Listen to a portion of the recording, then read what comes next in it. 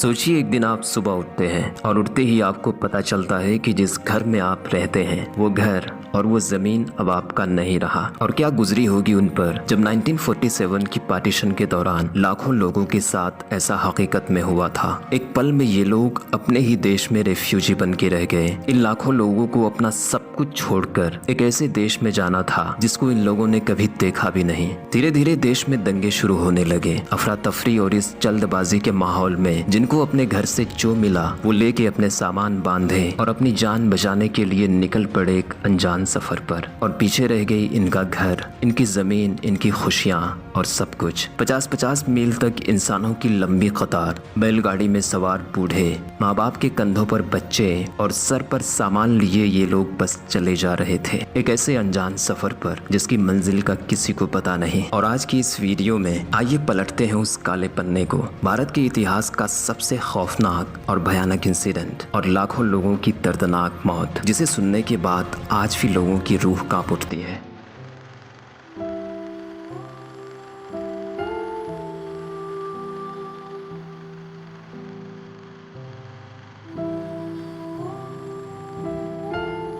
इस पूरे पार्टीशन के दौरान जो सबसे भयानक और डरावना मंजर देखा गया वो थी लाहौर और अमृतसर के बीच चलने वाली ट्रेन्स, जिसे लोगों ने घोस्ट ट्रेन्स कहा।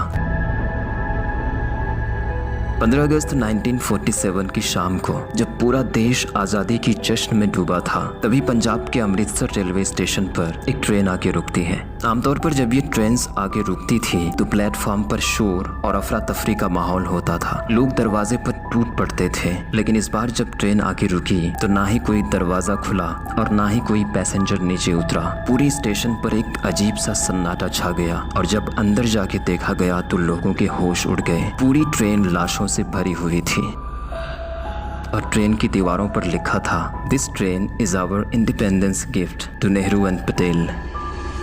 ये ट्रेन सिर्फ लाशें लेकर नहीं आई थी, बल्कि वो अपने साथ लेकर आई थी एक ऐसी नफरत और गुस्से की आग जिसने पूरे पंजाब को भस्म कर दिया था। लोगों में बदले की आग इस कदर भड़की कि सब एक दूसरे के खून के प्यासे हो गए और ये लाशों से भरी घोस्ट ट्रेन का सिलसिला दोनों तरफ से शुरू हो गया। पंजाब में शांति बनाए रखने के लिए सरकार ने 55,000 सोल्जर्स की एक बाउंड्री फोर्स बनाई थी, लेकिन 2 करोड़ लोगों के सामने ये कुछ भी नहीं था। बीच रास्ते में ट्रेन को रोककर एक एक लोगों को बेरहमी से मार दिया जाता था। इस पूरे पार्टीशन के दौरान लोगों के लिए माइग्रेशन का एकमात्र सहारा ये ट्रेन थी। जैसे ही स्टेशन पर ट्रेन आके रुकती, लाखों की भीड़ उस पर टूट पड़ती थी चढ़ने के लिए। लोग किसी तरह से अपनी जगह बनाने की कोशिश करते इस उम्मीद में कि ये ट्रेन उन्हें अपनी मंजिल तक ले जाएगी, लेकिन असल में यही ट्रेन उन्हें मौत के मुंह में ले जा रही थी।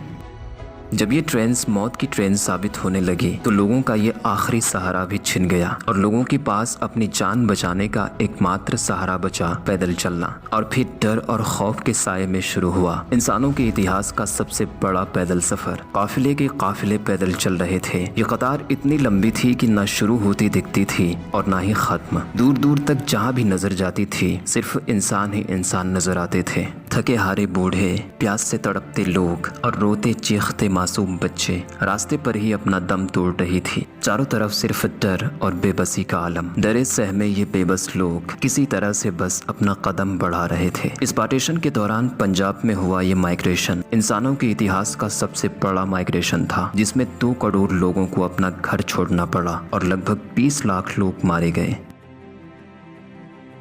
इन सब मुश्किल हालातों के बीच सरकार का सबसे बड़ा डर था कोलकाता, जहां ठीक 1 साल पहले 16 अगस्त साल 1946 को हिंदू और मुस्लिम के बीच हुए दंगे में हजारों लोग मारे गए थे और सरकार के पास इतनी आर्मी नहीं थी कि वो उसको कंट्रोल कर सके। अगर ये आग एक बार फिर से भड़क जाती तो इसको बुझाना नामुमकिन था। और फिर ब्रिटिश इंडिया के आखिरी वाइसराय माउंटबेटन ने महात्मा गांधी को रिक्वेस्ट करके कोलकाता भेजा, वहाँ के लोगों को समझाने और शांति बनाए रखने के लिए। गांधी जी ने वायलेंस रोकने के लिए अपनी पूरी कोशिश की। रास्ते पर पैदल चले, वहाँ के लोगों से मिले और उनको समझाया, लेकिन इन सब के बावजूद भी लोग नहीं माने और धीरे धीरे दंगे शुरू होते दिख रहे थे। इतनी कोशिश के बाद जब लोग नहीं माने तो गांधी जी ने कोलकाता में शांति बनाए रखने के लिए आमरण अनशन का ऐलान करते हैं और 1 सितंबर की शाम को वो अपनी फास्टिंग शुरू करते हैं। लगातार 3 दिन तक फास्टिंग करने के बाद गांधी जी की तबीयत बिगड़ रही थी और जैसे जैसे ये खबरें लोगों तक पहुँचने लगी तो लोग धीरे धीरे उनके समर्थन में आगे खड़े खड़े हुए। हिंदू और मुस्लिम एक साथ सड़कों पर उतरे वायलेंस को रोकने के लिए और धीरे धीरे